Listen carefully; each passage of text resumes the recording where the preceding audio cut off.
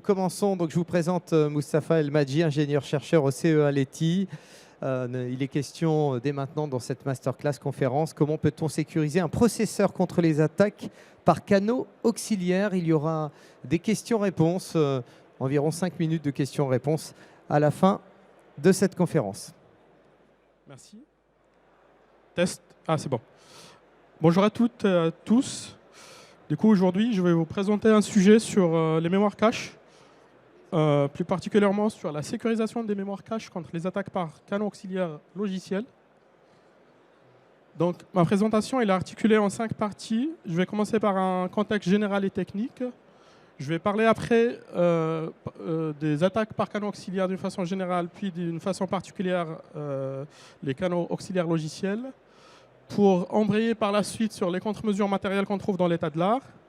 Et la dernière partie, ça sera sur Scramble Cache, qui est une solution qui est développée au CEA pour sécuriser contre ce type d'attaque, en fait.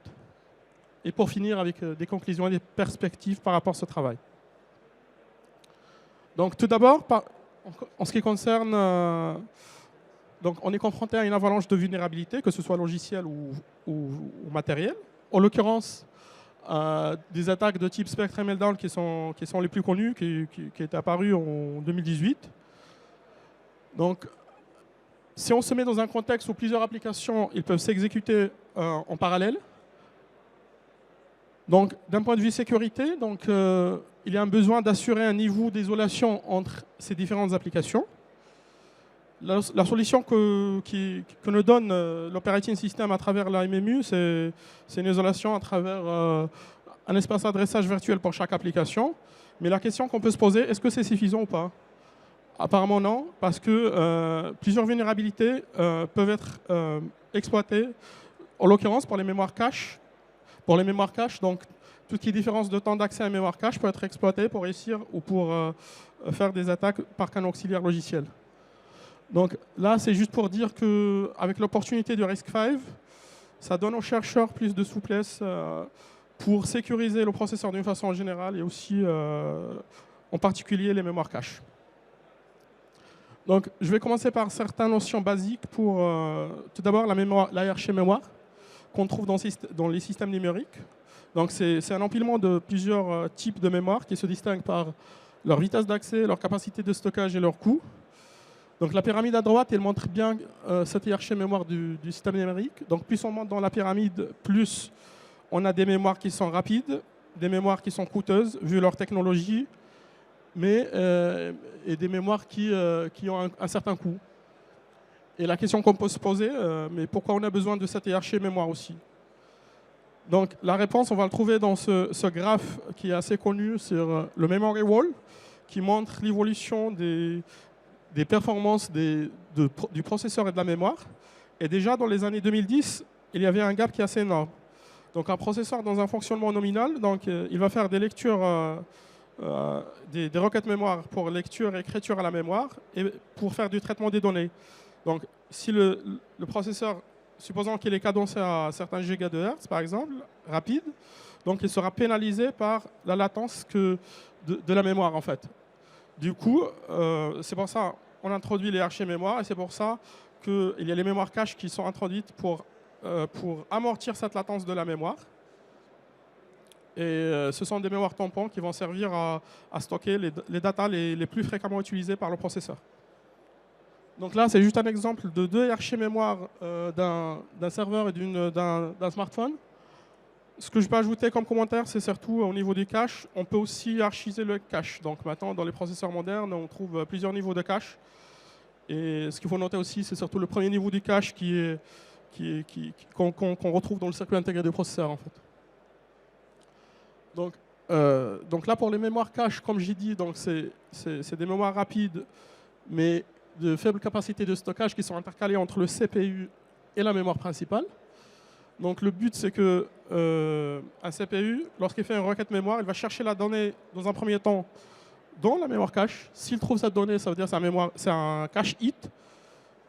Donc il n'y a pas besoin d'accéder à la mémoire principale. S'il ne trouve pas la donnée dans la cache, c'est un cache miss. Et là, il y a besoin de charger la data ou la donnée de la mémoire principale et la ramener jusqu'au CPU. Et du coup, ça prend plusieurs cycles. Donc ça, c'est des variations de timing du cache qui sont inhérentes à la mémoire cache. Donc un cache aussi, il respecte deux principes. La localité temporelle. La localité temporelle pour dire qu'une donnée qui est accédée à un instant T, c'est fort probable qu'il sera accédé à un temps plus sigma ou à un temps plus tau. Du coup, on a intérêt à garder cette donnée dans le cache. Et la localité spatiale, c'est pour dire qu'une donnée qui est accédée par le cache, c'est fort probable que les données voisines ils seront aussi accédées par le cache dans un temps proche. C'est pour ça qu'on charge le cache plus par bloc. Et dernier point dans ce slide, c'est par rapport aux types de politiques d'écriture dans le cache. On trouve des caches de type write back ou de write through. Write through pour dire que lorsque la donnée est modifiée au niveau du cache, il est immédiatement modifié au niveau de la mémoire principale pour garder la cohérence du cache. Et pour le write back, c'est quand la data est modifiée au niveau du cache. Donc on va flaguer ça par un bit qu'on appelle dirty bit, mais la mise à jour sera faite que lorsque la data est évincée du cache. Je ne vais pas m'attarder sur les notions du cache, mais juste pour illustrer tout ça, je vais juste donner un exemple d'implémentation des mémoires cache. C'est un exemple d'implémentation d'un cache associatif par ensemble. Donc le cache il est subdivisé en plusieurs ensembles, et chaque ensemble il est subdivisé en sous-ensembles qu'on appelle des ways. Là c'est un cache à 4 ways. Donc quand le CPU fait une requête mémoire, donc d'abord on va trouver trois champs, le champ étiquette ou le tag, l'indice de la ligne ou de l'ensemble et l'indice d'octet vu la granularité en octet de l'accès à la mémoire. Donc l'indice de la ligne va nous indiquer l'ensemble et après on va vérifier tout d'abord le bit de validité. S'il est à 0, ça veut dire que la data n'est pas valide. Et après on va vérifier pour chaque way l'étiquette qui est stockée dans le cache avec le tag qui vient avec l'adresse. Et dans le cas d'un match, c'est un cache hit.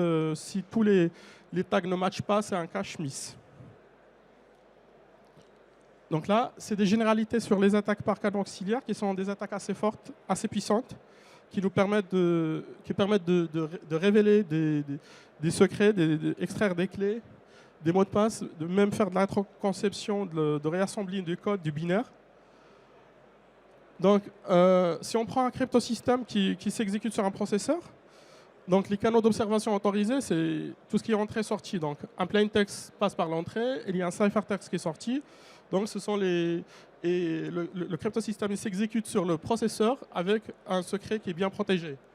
Sauf que les canaux auxiliaires physiques, type courant ou bien rayonnement électromagnétique ou même acoustique, donc l'idée c'est au moment de l'exécution du cryptosystème par exemple, quand il exécute le secret, donc on va relever plusieurs traces. Et avec analyse très fine, on peut faire une corrélation entre l'analyse de ces traces et le secret qui est exécuté pour extraire le secret. Et plus particulièrement pour les mémoires cache, donc les phénomènes exploités, c'est ce que j'ai dit au début, c'est tout ce qui est variation de temps, cache miss, cache hit, qui sont des variations inhérentes à la mémoire cache. La possibilité aussi de mettre le cache dans un état donné, typiquement de surcharger le cache, d'évincer un set du cache, même de flusher le cache dans le cas par exemple des processeurs Intel avec l'instruction cflush, certainement avec des privilèges élevés, mais ça permet de mettre le cache dans un état bien défini. Et ça c'est bien exploité par ces attaques-là. Et le dernier point que je peux citer aussi, c'est le fait qu'on peut lier des adresses accédées à des données sensibles. Et ça, c'est possible parce que le cache il est partagé entre ces processus et aussi par le fait que là, typiquement, dans un scénario, on a deux processus, un processus victime et un processus attaquant. Donc les deux, ils vont partager le cache et l'espion ou l'attaquant, il peut, grâce à ces attaques de cache timing, grâce au canal du temps, accéder à un secret qui est bien protégé par le processus victime en fait. Donc tous ces phénomènes-là donnent dans l'état de l'art, on dénombre plusieurs variantes, plusieurs typologies d'attaques de cache qu'on peut classifier par les attaques driven attacks, access driven attacks et trace driven attacks. Donc dans cet exposé, je vais parler plus de l'attaque prime and probe and effect and reload qui était utilisée dans le démonstrateur que je vais présenter. Donc pour l'attaque prime and probe, donc déjà, pour toutes les attaques, il y a une étape préalable pour travailler sur la corrélation entre l'exécution du secret et l'accès mémoire, surtout l'accès mémoire à la cache, à la mémoire cache. Donc là, c'est toujours le même scénario. Donc il y a un attaquant, une victime, donc qui partage une donnée qui est hébergée dans un set de cache. Donc l'attaque prime and probe, elle passe en 3 étapes. Donc la première étape, c'est l'attaquant, il va surcharger l'une ciblée par ses données à lui. La deuxième étape, on laisse la victime s'exécuter, en l'occurrence exécuter le crypté system avec le secret. Donc, quand il va s'exécuter, éventuellement, il va aussi utiliser des datas qui étaient déjà modifiées par l'attaquant. Et la troisième étape, c'est le probing où l'attaquant, il va faire un accès mémoire aux datas qu'il a déjà chargées dans son cache. Et il va mesurer, est-ce que l'accès est rapide? Ça veut dire que la victime n'a pas touché à cette donnée. Si l'accès est lent, ça veut dire qu'il a touché à cette donnée. Il conclut qu'il y avait un accès mémoire à cet endroit-là. Et c'est par cette méthode qu'on arrive que l'attaquant arrive à faire un suivi d'accès des accès mémoire cache de la victime. Par la suite, je vais montrer un exemple comment on peut faire une corrélation entre un accès à la mémoire cache et un secret qui est exécuté. Donc, dans l'état de l'art, on va dénombrer plusieurs contre-mesures aussi.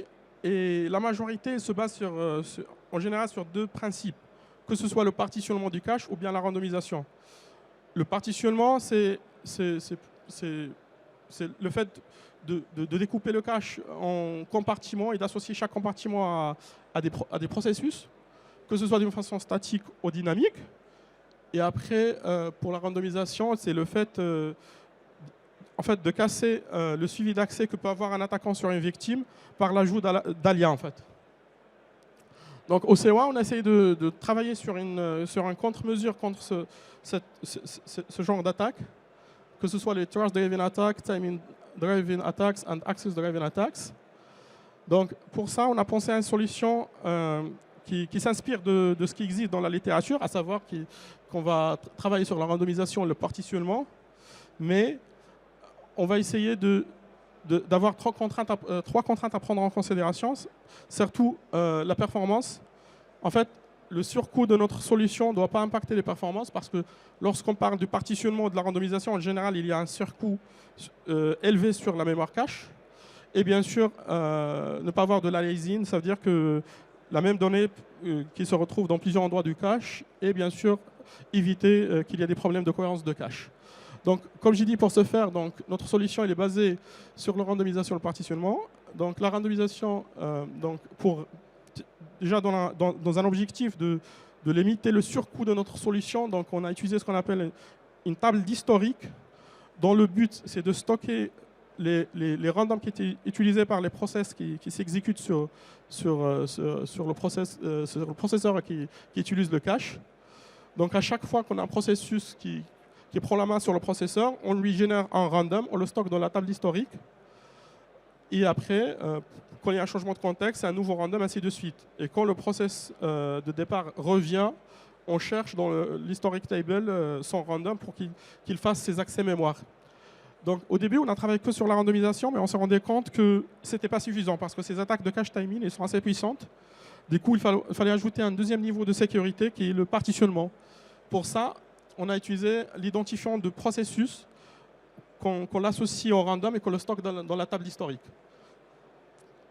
Donc, pour donner plus de détails, en fait, donc, quand il y a une requête du CPU, donc il y a une adresse, on récupère aussi l'identifiant du processus qui vient avec. On peut récupérer de la MMU, par exemple. On va générer pour le processus un random qu'on va stocker dans la table historique avec l'identifiant de processus qui est indiqué. Et après, il y a un autre problème qui va se poser pour nous, c'est gérer tout ce qui est partagé, surtout en lecture pour nous. Donc en lecture, et ça d'ailleurs, c'est le point qui est trop exploité par les attaques de cache timing. C'est le fait, quand il y a une data partagée, une libre partagée, donc comment gérer ça? Donc pour résoudre ce problème, nous, on a pensé d'ajouter un champ dans la mémoire cache qui s'appelle le process permission. C'est un vecteur qui indique la légitimité de chaque processus sur chaque data, en fait. Donc, par exemple, un identifiant, un processus qui est hébergé dans la table historique à la position I, il aura son bit de légitimité à la position I du vecteur de permission, en fait. Donc, un cas typique dans le cas d'une attaque, par exemple, donc, un attaquant va essayer de surcharger déjà une donnée partagée en lecture, par exemple. Nous, on va détecter ça parce qu'on va se rendre compte qu'il y a plusieurs 1 pour cette donnée. Du coup, on va casser le partage que pour l'attaquant et lui générer un nouveau random pour qu'il fasse sa vie en dehors de ce partage. Et comme ça, il aura du mal à suivre l'accès de la victime. Donc, cette solution, on l'a évaluée dans un premier temps sur Gen5 en simulation, sur un processeur Intel. C'est un processeur out of order, x86. Donc, on s'est intéressé surtout aux paramètres de la solution pour évaluer le surcoût entre les performances et la sécurité. Donc, le premier paramètre qu'on a regardé, c'est surtout le taux de rafraîchissement du random qu'on utilise. Donc, ce qui est sûr, c'est que plus on a besoin de la sécurité, plus on sera tenté à changer le random pour chaque processus plus fréquemment, et plus on va dégrader les performances, plus il y aura un surcoût plus élevé en termes de performance. Et du coup, il y a à un certain moment un compromis à faire entre sécurité et performance.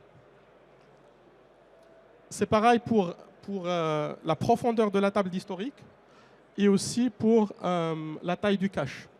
Donc on s'est rendu compte que, par exemple, la taille idéale pour nous, pour la taille d'historique, c'est autour de 8. Ce que je n'ai pas dit, c'est qu'on a utilisé des applications de mbench pour benchmarker tout ça. Donc, deuxième point aussi, parce que la profondeur de la table d'historique aussi, c'est R, c'est aussi la longueur du vecteur du permission. Donc, ajouter des solutions dans le, en fait, ajouter un champ dans le cache, c'est très coûteux. Donc, c'est pour ça qu'on a conclu que la taille du R de 8, c'est un bon compromis. Sécurité, performance et aussi coût. Et pour la taille du cache, plus le cache est grand, plus on a un impact minimaliste sur les performances du cache. Donc, cette solution, il y a une preuve de concept sur un core RISC-V, c'est le CVA6 de l'Open Hardware Group. Donc, ce qu'on a essayé de faire, le but de ce démonstrateur, c'était de montrer que notre solution est capable de contrer les attaques par cache timing. Ce n'est pas une vraie évaluation sécuritaire de la solution, mais c'est déjà une preuve de concept. Donc pour ce faire, on a intégré une librairie qui est développée au CEA, qui s'appelle libmat, dont le but est de prototyper des attaques par cache timing. On a intégré dans le hardware la solution Scramble Cache. Et après, via une IHM, on arrive à activer et désactiver la contre-mesure, performer un chiffrement AES et récupérer la clé dans le cas où la contre-mesure n'est pas activée, et le cas où la contre-mesure est activée, on n'arrive pas à récupérer la clé. Donc, déjà pour dire 2 mots sur libmat. Libmat, c'est dans l'état de l'art, on va trouver deux librairies de ce genre, en fait, Mastic et CFlush. Sauf que ces 2 librairies, ils vont nécessiter des privilèges qui sont élevés. Pour libmat, avec des privilèges user, on arrive à faire pour l'instant, on arrive à prototyper surtout des attaques de cache timing, mais à terme, l'idée c'est de prototyper toutes les attaques, en fait, des attaques de microarchitecture style Spectre Meltdown, par exemple. Donc, on s'est rendu compte que l'architecture est de la sorte parce qu'on s'est rendu compte qu'il y a plusieurs modules qui peuvent être utilisés et réutilisés par les attaques, en fait. Donc, typiquement, pour une attaque de cache timing, on aura besoin des modules pour calculer le temps, pour l'allocation mémoire, pour la construction du set evasion, pour des statistiques, pour faire des analyses derrière. Donc ça a été architecturé, implémenté de cette façon. Après, on avait aussi un objectif d'avoir une certaine portabilité. Donc, on l'a testé sur x86, ARMv7, V8 et aussi sur les RISC-V. Et les modules qui sont en vert, ce sont les modules qui sont dépendants de la cible et qui doivent être implémentés plus en assembleur, en fait. Donc, comme j'ai dit, l'objectif de cette librairie, c'est surtout de prototyper des attaques de cache pour pouvoir valider nos contre-mesures qu'on développe, que ce soit en hardware ou bien en simulation sur Gen5. Donc, juste pour dire deux mots aussi sur l'attaque Evect and Reload qui est utilisée dans ce démonstrateur. Donc, tout d'abord, par rapport au target, on a utilisé un cœur RISC-V. C'est un cache write true avec une taille de 32K.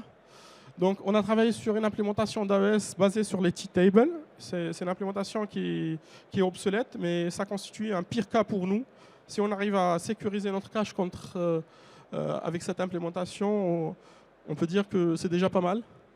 Donc, pour dire deux mots sur les T-tables, c'est une sorte de matrice de 250 éléments de 4 bytes. Donc, chaque T-table can be mapped dans la mémoire cache sur cet ensemble de caches, vu la taille de cache qu'on utilise, vu l'associativité du cache qu'on utilise. Donc, pour tout ce qui est description de l'attaque, j'ai parlé aussi de le fait d'associer un accès mémoire cache à l'exécution d'un secret. Donc, pour l'AES, surtout, on va s'intéresser au premier round. Donc, un round AES, donc on a besoin d'un état intermédiaire et d'un expanded cipher key. Et on se rend compte que pour le premier round, donc c'est le plain text qui est XORé à la clé. Donc déjà, on connaît le plain text, on ne connaît pas la clé. Et si on arrive à déterminer l'état de chaque byte pour le premier round, donc on peut déduire la clé. Et l'état intermédiaire du premier round pour chaque byte, ce n'est que l'index de cette matrice dans le cache. Du coup, comme ça, on arrive à associer un accès mémoire à la cache et associer directement à retrouver, si les datas sont bien alignées dans le cache, jusqu'à 4 bits par byte de la clé en fait. Si les données sont désalignées de cache, c'est un cas favorable pour nous, on peut retrouver plus que 4 bits en fait. Et bien sûr, on a utilisé un random plain text avec un noun key. Donc tout ça, ça nous a permis déjà, comme j'ai dit, d'aboutir à une preuve de concept de notre solution sur un démonstrateur. Deuxième, en termes de perspective, donc le but maintenant, c'est d'optimiser notre solution pour une mémoire cache de type write-back qui nous pose pas mal de soucis en termes de performance, surtout. Parce qu'on doit gérer la cohérence des caches et ça dégrade pas mal les performances. Donc, on a pas mal de challenges à ce niveau. Et deuxième point, on doit évaluer notre solution sur ASIC, surtout qu'au CEA, on a l'avantage d'avoir ce qu'on appelle des véhicules de test. On a la possibilité d'embarquer nos contre-mesures sur le silicium, sur un Techno 22, pour faire des évaluations plus poussées, soit sécuritaires ou de performance. Et aussi, il nous reste aussi à faire un benchmarking. C'est pareil que ce qu'on a fait en simulation, mais sur le Linux qui tourne sur la carte FPGA.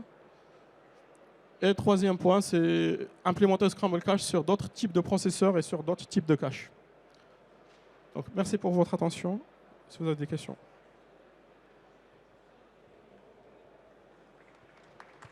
Merci. Merci Mustapha. Je vous invite maintenant à poser vos questions et je vous rejoins avec le micro. Est-ce que vous avez des questions autour de cet échange? Comment peut-on sécuriser un processeur contre les attaques par canaux auxiliaires? C'est très complexe. Donc on a peut-être peur de poser des questions aussi autour de cette... Est-ce que vous avez des questions? Je vois que vous me regardez avec attention. C'est la première en général qui va lancer les autres. Allez, on est parti. C'est vraiment histoire de lancer. Hein. Donc une question facile, ou enfin en tout cas simple, ou naïve en tout cas, parce que ce n'est pas du tout mon domaine. Les grands concepteurs, les ARM, les Intel, ils font quoi? J'ai envie de dire, elles privilégient plus les performances. Parce que lorsqu'on parle des contre-mesures, en général, la sécurité, il a toujours un coût, que ce soit matériel, que ce soit en termes de performance. Déjà, on ne sait pas tout, parce que c'est opaque. Ça, c'est une première. Et deuxièmement, c'est d'abord les performances. Donc, après, comme j'ai dit, dans l'état de l'art, les contre-mesures qu'on trouve, c'est en généralement soit le partitionnement, soit la randomisation, mais elles ont un coût sur les performances. Nous, ce qu'on a essayé avec cette solution Scramble Cache, c'est surtout de travailler sur le coût de la performance par rapport à ces deux contre-mesures, en fait. Merci pour cette première question. Une deuxième. Merci. Ça marche? Oui. Donc, j'avoue que côté technique, j'ai pas dû comprendre le tiers de ce que vous avez expliqué. Mais du coup, si je comprends bien, vous avez développé une librairie pour faciliter les attaques afin de ensuite pouvoir démontrer que Exactement. votre... Voilà. Et, première question, est-ce que cette librairie est librement accessible? Et si c'est le cas, est-ce que vous n'avez pas peur au final de faciliter les attaques que vous souhaitez empêcher in fine voilà. Bah, à vrai dire, j'attendais cette question parce qu'on la pose souvent. Et j'avoue que moi, je travaille au CEA, ils ont un modèle de propriété intellectuelle qui ne permet pas qu'on ouvre cette librairie. Mais il y a beaucoup, surtout dans le domaine académique, qui nous pose pas mal cette question. Mais pour l'instant, il nous permet déjà de prototyper ces attaques de cache timing, mais à terme, on va essayer de la compléter par d'autres attaques micro-architecturales en fait. Mais pour l'instant, c'est pas open en fait, c'est propriété CEA en fait. Merci pour cette question. Une dernière question. Je crois que tout le monde est très concentré. Et merci beaucoup.